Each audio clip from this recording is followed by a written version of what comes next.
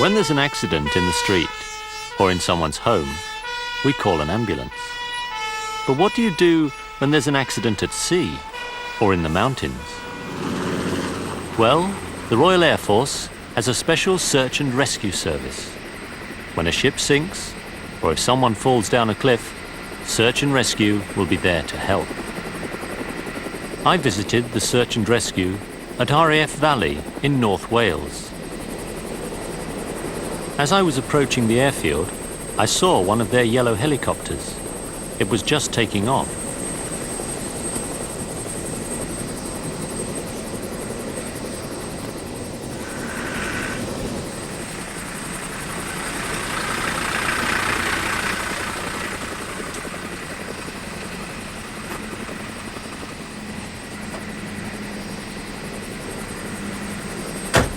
When I arrived, Flight Lieutenant John Evans was waiting for me.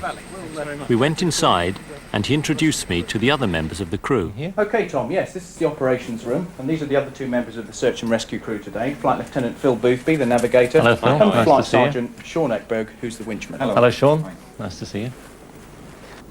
Right, John, well, you're the pilot, aren't you? Yes. And what do you do? It's my job to get out, start the aircraft, and then fly us to the incident, whatever it may be, at which point Phil takes over, effectively in control of the aircraft as the navigator. You're the Yes, I'm the navigator, so I would be involved in navigating the airplane to and from the incident. And then when we get on scene, I'll operate the winch. And the winchman, that's Sean, isn't it? You're the winchman. What do you do? Once we're at the scene of the job, I am winched out of the aircraft down to the survivor, where I do whatever I need to do to the casualty to bring them to the aircraft and then on to safety. That sounds very dangerous. We try to get rid of all the risks. I see. And what happens then when a call comes in? Well, the first thing that we know is that the telephone rings and one of the crew will answer the phone. And when he realises that it's a scramble, he presses the scramble button so that everybody else on the unit knows that we've got a call out. Now, the scramble button, what's that? The scramble button is this small button over here, which rings bells all through the hangar and all around this unit so that all the other aircrew and the ground crew know that we've got to scramble. So the scramble bell tells everybody that there is an incident? Yes, that's right. Now, what happens when you hear the scramble bell? What do people do? When the scramble bell goes, the first thing that happens is the pilot will start putting his kit on and go out to start the helicopter. Sean, the winchman, will start preparing whatever kit he needs to take with him. And I, as the navigator, will take down rough details of where the job is, what the sort of incident is, and then start putting some lines on a map so that we can work out very roughly how far we have to go and how long it's going to take us, where is the nearest hospital, that sort of thing. And then Sean and I will put our kit on and go out and join John in the helicopter. And how long does all of that take? Theoretically, in daytime, we're allowed up to 15 minutes to get everything rolling and off the ground. In practice, it can take as little as 5. It's 5 minutes? 5 minutes, yes. It's very fast. We try to be. It can be very cold in a helicopter, so the crew wear special suits like this one. It's called an immersion suit. It's very heavy, and it isn't very comfortable. But it can save your life if you fall in the water. The crew wear special helmets too, like this one.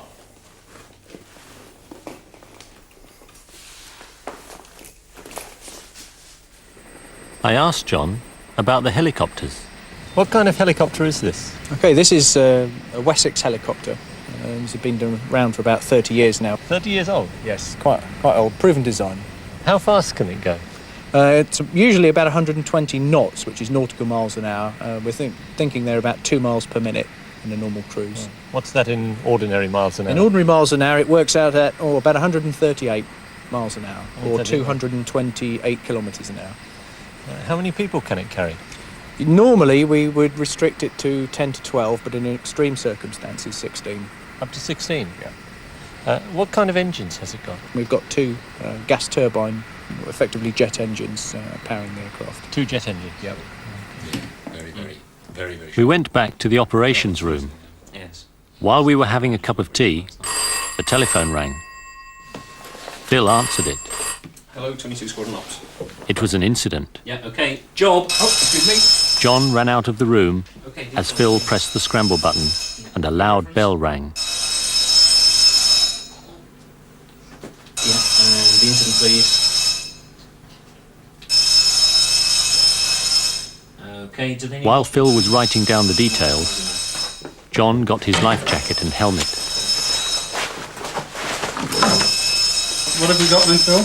We've got 2 people cut off by the tie. And then, while Phil and Sean were studying the map, Got to get to this fairly quickly. he ran to the helicopter and climbed in. Going on? Yes, we're on our way. Okay.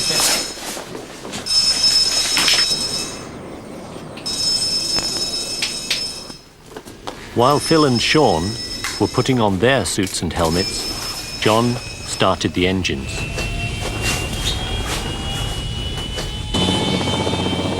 We ran to the helicopter.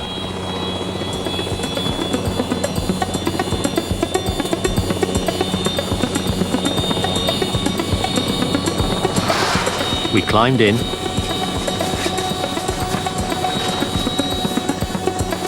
Sean closed the door and we took off.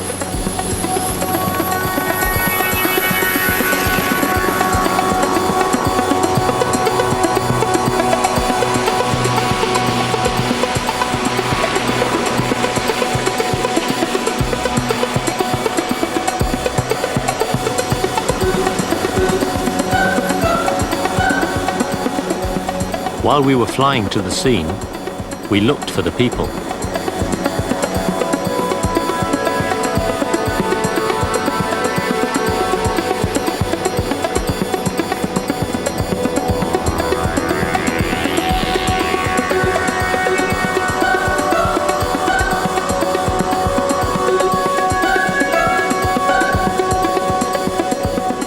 As the helicopter was hovering over the cliffs, I saw them.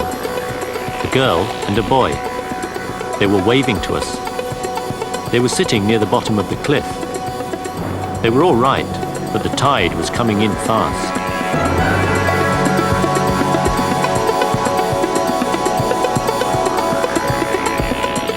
The helicopter stopped at the top of the cliff, and we lowered the winchman.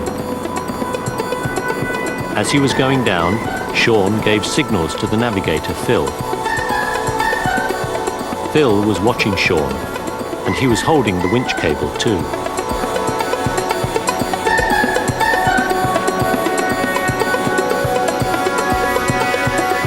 When Sean reached the 2 people, he put the harness round them. Then he gave another signal, and we moved away from the cliff. It's dangerous near the cliffs, because the wind can blow the helicopter or the people against them.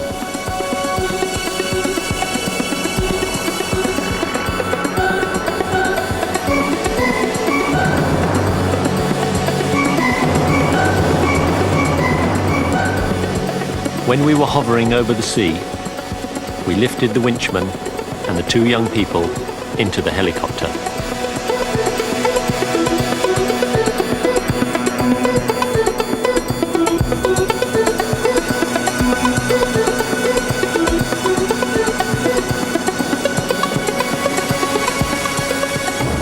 When everyone was safely in the helicopter, we flew back to the airfield. 2 more people now owed their lives to the brave men of search and rescue.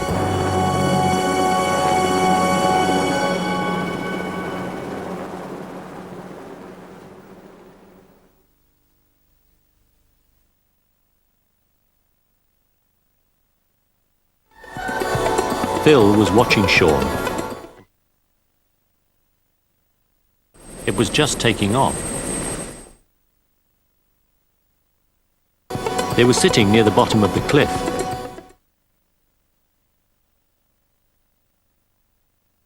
They were waving to us.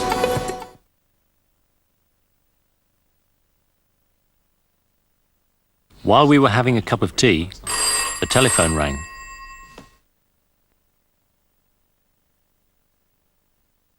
As he was going down, Sean gave signals to the navigator.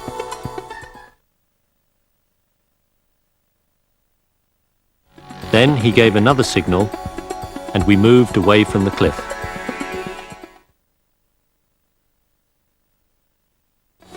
Sean closed the door, and we took off.